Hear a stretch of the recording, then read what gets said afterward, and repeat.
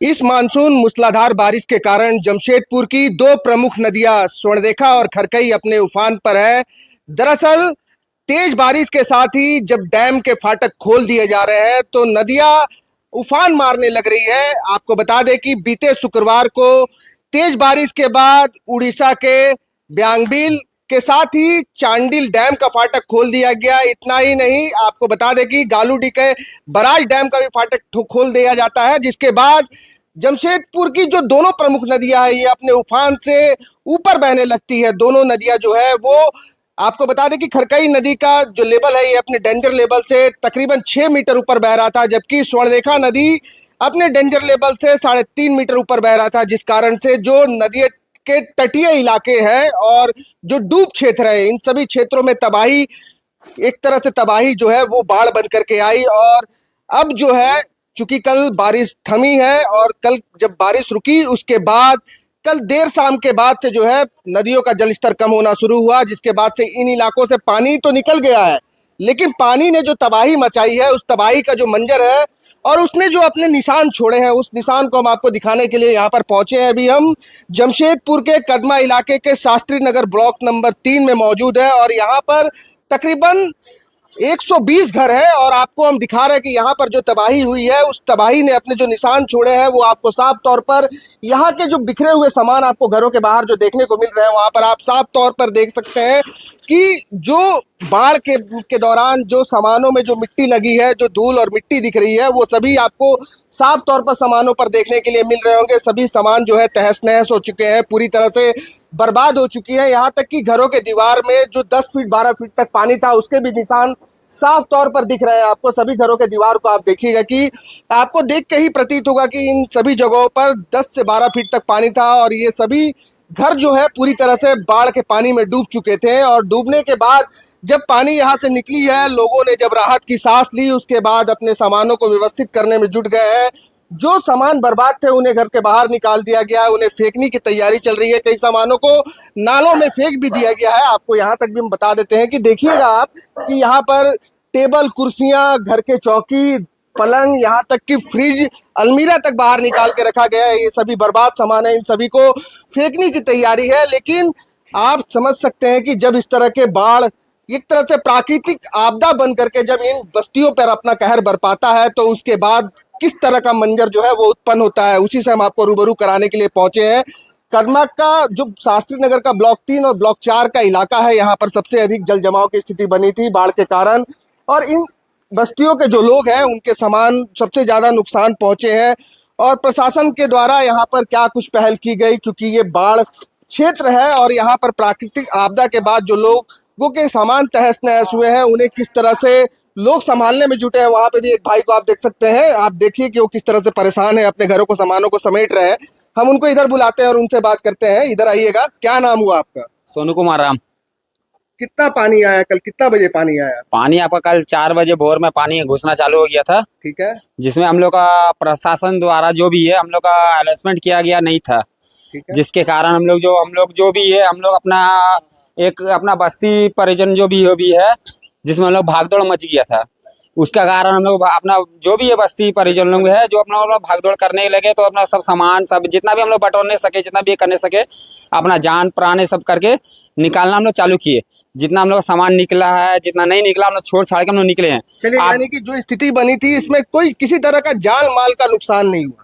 नहीं, जान मान का तो नुकसान नहीं हुआ, पर हम लोग काफी हम लोग घर का सामान ज्यादा ही राशन पानी हो गया या हम लोग घर का सामान हो गया, जैसे फ्रिज हो गया वगैरह, ये सब जितना भी सामान हो गया ये सब का हम लोग काफी नुकसान हुआ है हम लोग का। ठीक है। तो 24 घंटे से अधिक समय हो गया है, ऐसे में प्रशासन के द्वारा जब यहाँ पर जो ये स्थिति दिख रही है, इस दौरान तो खाना नहीं पक पाया होगा, तो ऐसे में खाने के लिए क्या कुछ व्यवस्था की गई, राहत कार्य किस तरह से चलाया जा रहा था? नहीं, खाने के लिए तो हम लोग के लिए कल रात में हम लोग 10 बजे रात में अपना खिचड़ी का आयोजन हुआ था। हम लोग को 4 नंबर ग्रुप में हम लोग खिचड़ी का आयोजन हुआ था और अभी हम लोग करीब 10:30-11 बजे ऐसा सरजू राय का तरफ से हम लोग का खाने का व्यवस्था आया था, जिसमें आपका दाल भात, आपका पटाल आलू का सब्जी था, ये सब का आयोजन था। पर बहुत सा भाई लोग अपना घर साफ सफाई का कारण हम लोग का ये है कि हम लोग बहुत सा गए हैं लेने के लिए, बहुत सा लेने के लिए नहीं गए हैं। कितना का नुकसान हुआ है, अगर कुल लागत बोले तो कितना का नुकसान आप अनुमान लगा पा रहे हैं? तो आप देख सकते हैं कि हम इसमें क्या अनुमान लगाएंगे, वो तो खुद आप देख सकते हैं कि कितना का ये नुकसान हुआ है कि या नहीं नुकसान हुआ है।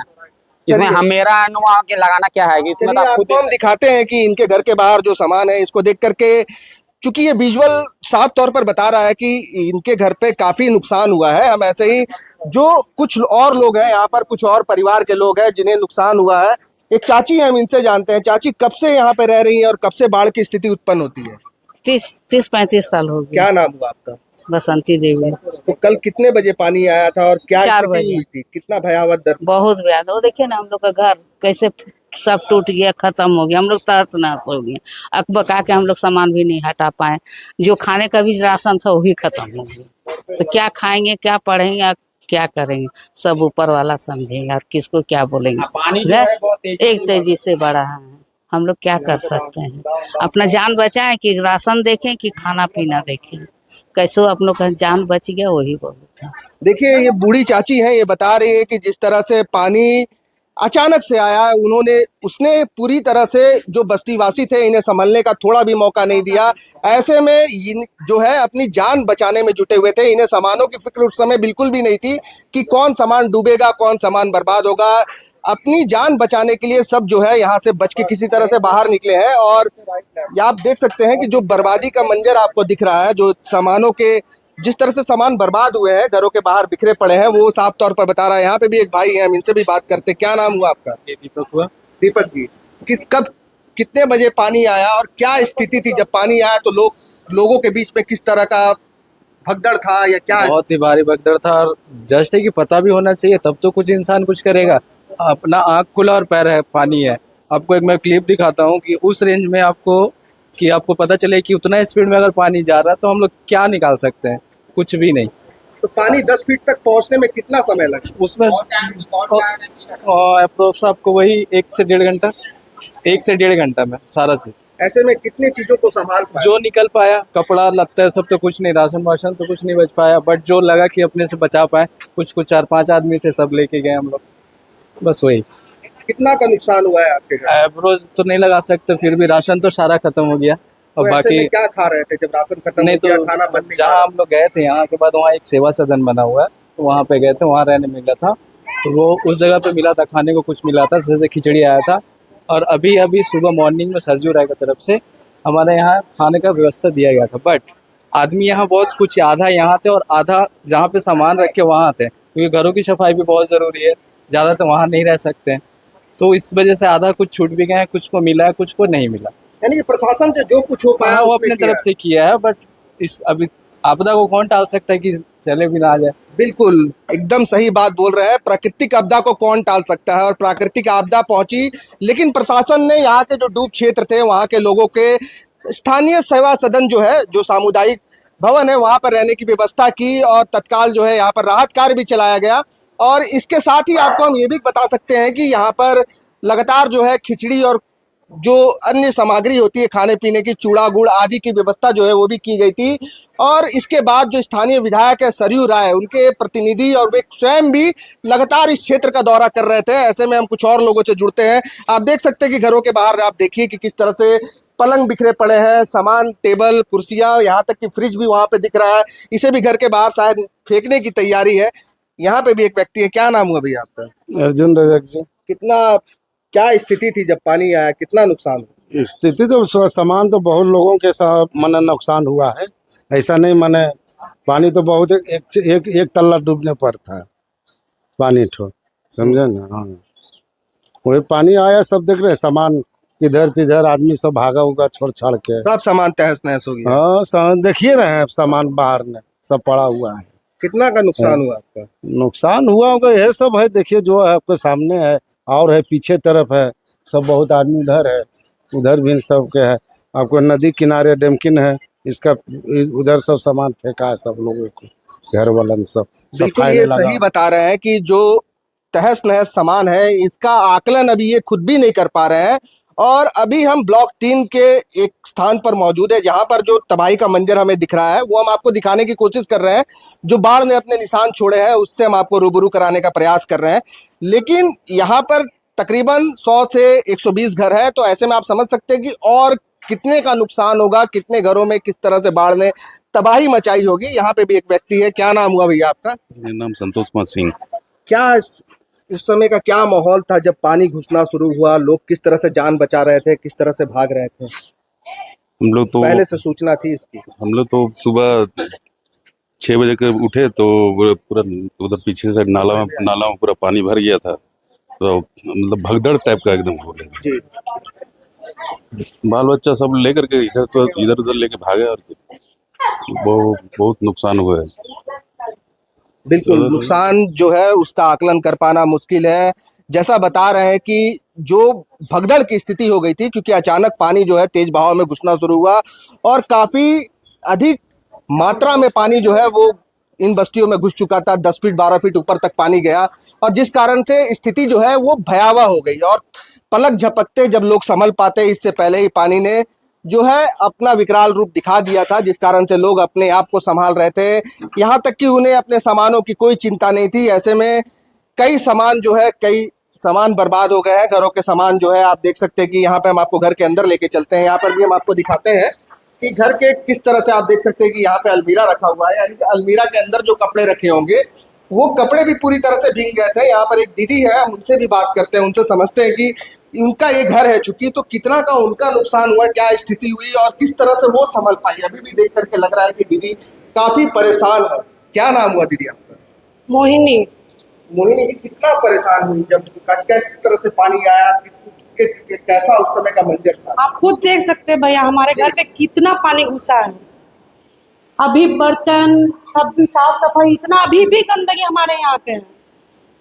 इतना बर्बाद कि हम लोग बोल नहीं सकते कि कितना हम लोग का बर्बाद हुआ है। बिल्कुल, हम भैया को बोलेंगे कि थोड़ा ऊपर दिखाएंगे कि यहाँ पर देखिए आपकी चूंकि तकरीबन 5.5 फुट का मैं हूँ और आप देख सकते हैं कि मेरे से ठीक उतना ऊपर यानी कि 12 फीट के आसपास पानी जो है इस घर के अंदर घुसा हुआ था। ऐसे में जान बचाना एक बड़ी चुनौती होती है, तो सामानों को तो संभालने की बात ही दूर है। प्रशासन का कोई इसमें कुछ नहीं था कि कब आए प्रशासन, कब देखे, कब क्या करे, कुछ भी नहीं। कोई जिम्मेवारी ही नहीं था उन लोगों के लिए, कोई खाना कोई पीना कुछ भी नहीं। बाहर तो लोग बोल रहे हैं कि खिचड़ी की व्यवस्था की गई। हमारे यहाँ पे आप इस एरिया में पूरा पूछ सकते हैं, हमारे इस साइड में कोई व्यवस्था नहीं था। हमारे इस एरिया में कोई व्यवस्था नहीं था। घर में छोटे बच्चे हैं, हाँ, हमारे भी बच्चे, हमारे बच्चे भी ऊपर में थे। मतलब जब पानी घर के अंदर था तो आप घर के ऊपर ही? हाँ, घर के ऊपर ही थे हमें सभी, हम यहाँ के लोग सभी ऊपर में थे। और ऐसे में पानी और बढ़ जाता था। एकदम अचानक से पानी आया, कुछ समझने का मौका ही नहीं मिला कि कब हम लोग कपड़ा लता ही कुछ जरूरत का सामान ही ऊपर लेके जाए। हम लोग को एकदम समझने का मौका नहीं मिला, ना ही हम लोग को लगा कि अब आ जाएगा पानी, अभी हम लोग क्या कर सकते, या दुकान से कोई चीज ही लेकर के ऊपर चले जाए। तो मतलब इस 24 घंटे का जो दौर था, इस दौर में क्या खाया आप लोगों ने, कैसे अपने आप को संभाला? बस जो घर में था वही खा लिए और जो था वो खा कर रात गुजार लिए। सुबह में आकर के देखे कि अभी पानी घट रहा है तो नीचे उतरे हम लोग, तब देखे तो पूरा तहस नहस, आप देख सकते हैं रूम समझ में। चलिए, तो क्या देख पा रही है कि ये जो बारिश बाढ़ का रूप लेता है, कितना का नुकसान हुआ है? बहुत ही ज्यादा, बहुत ज्यादा। मेरा ही नहीं भैया, पूरे एरिया का नुकसान हुआ है, पूरे एरिया का नुकसान हुआ है। यहाँ बच्चे जब स्कूल चले गए थे, उनकी माता है, उनके मम्मी है, पापा है, वो लोग को बारिश में भिंगा भिंगा करके लेके आए थे। यहाँ पे नाव से बच्चे आए हैं घर में। चलिए, जो तबाही का मंजर था, और चूंकि हम घर के अंदर आपको लेकर के आए थे, यहाँ जो महिला थी उन्होंने बताया कि अचानक से इतना पानी घुस गया कि संभलने तक का मौका नहीं मिला। इस दौरान चूंकि ये 2 तल्ला घर है तो इसके दूसरे फ्लोर पर जाकर के लोगों ने शरण ली और अपनी जान को बचाने का काम किया। अब हम आपको वापस लेके चलते हैं और वहाँ पर जहाँ पर हम आपसे पहले बात कर रहे थे वहाँ हम आपको दिखाते हैं कि वहाँ का भी जो मंजर है वो भी हमने आपको दिखाने का प्रयास किया। आप समझ सकते हैं कि जब प्राकृतिक आपदा विकराल रूप लेकर के किसी निचले इलाके में बाढ़ के रूप में पहुंचती है तो वो किस तरह से तबाही पहुंचाती है, किस तरह से अपने निशान छोड़ जाती है, वो हमने आपको दिखाने का प्रयास किया। और आपको हमने ये भी अवगत कराया कि प्रशासन का चूंकि कहना है कि हमने जो है वक्त रहते लोगों को सतर्क करने का काम किया, लोगों को प्रशासन के द्वारा निर्देश दिया गया कि वे जो है सुरक्षित स्थानों पर चले जाएं, और इसके बाद प्रशासन के द्वारा या सामाजिक संस्थाओं के द्वारा, स्थानीय जनप्रतिनिधियों के द्वारा जो कुछ बन पाया उनके द्वारा उस तरह से व्यवस्था की गई। हालांकि कुछ लोगों का ये भी कहना है कि प्रशासन उन तक नहीं पहुंच पाई, क्योंकि प्रशासन ऊपर ऊपर जो लोग उन्हें दिख रहे थे वो केवल उन तक पहुंच पा रही थी, उन तक उनकी पहुंच थी, और वहीं तक उनकी जो राहत सामग्री थी वो पहुंच पा रही थी। ऐसे में कई लोगों को तक राहत सामग्री भी नहीं पहुंची है। और अगर इस खबर पर और भी कुछ अपडेट आता है तो उसके साथ हम आपके साथ फिर जुड़ेंगे द फॉलो अप के साथ। मैं अभिषेक पीयूष, नमस्कार। जहां 27 वर्षों के सफर में 17,000 से भी अधिक छात्रों ने डॉक्टर एवं इंजीनियर बनकर भरे सफलता की ऊंची उड़ान, जहां साधारण छात्र भी झारखंड टॉपर्स बनकर बना रहे इतिहास। दूरदर्शी शिक्षाविद श्री विपिन सिंह के मार्गदर्शन में मेडिकल एवं इंजीनियरिंग के लाखों छात्रों के लिए आशा की किरण के रूप में गोल नेशंस लीडिंग इंस्टीट्यूट। सरकारी परीक्षा की तैयारी का सबसे भरोसेमंद नाम NIBM। अच्छा कोचिंग ढूंढ रहे थे तो फिर गूगल में ही बताया कि यहाँ का रेटिंग भी बहुत अच्छा था। पुरुलिया से आए हैं यहाँ पर कोचिंग करने के लिए। NIBM के बारे में मेरे एक भैया हैं जो पिछले साल ही बैंकिंग यहीं से प्रिपरेशन किए और इस बार IBPS PO में सिलेक्शन लिए। मेरा अभी फाइनल सिलेक्शन हुआ है RRB PO में, उत्तर बिहार ग्रामीण बैंक में। मेरा फाइनल सिलेक्शन RRB PO में हुआ है। बायोम सिर्फ मेडिकल प्रिपरेशन का संस्थान। बायोम से लगातार दूसरी बार नीट UG में 700 मार्क्स पार। 10th पास स्टूडेंट्स के लिए फाउंडेशन कोर्स, 11th पास स्टूडेंट्स के लिए फ्रेशर कोर्स और 12th पास स्टूडेंट्स के लिए टारगेट कोर्स 17 अप्रैल से शुरू हो रहे हैं। कॉल 7360066190 और visit Biome, circular road near women's college and Hinoo, Ranchi. thefollowup.in. Like, share and subscribe. www.thefollowup.in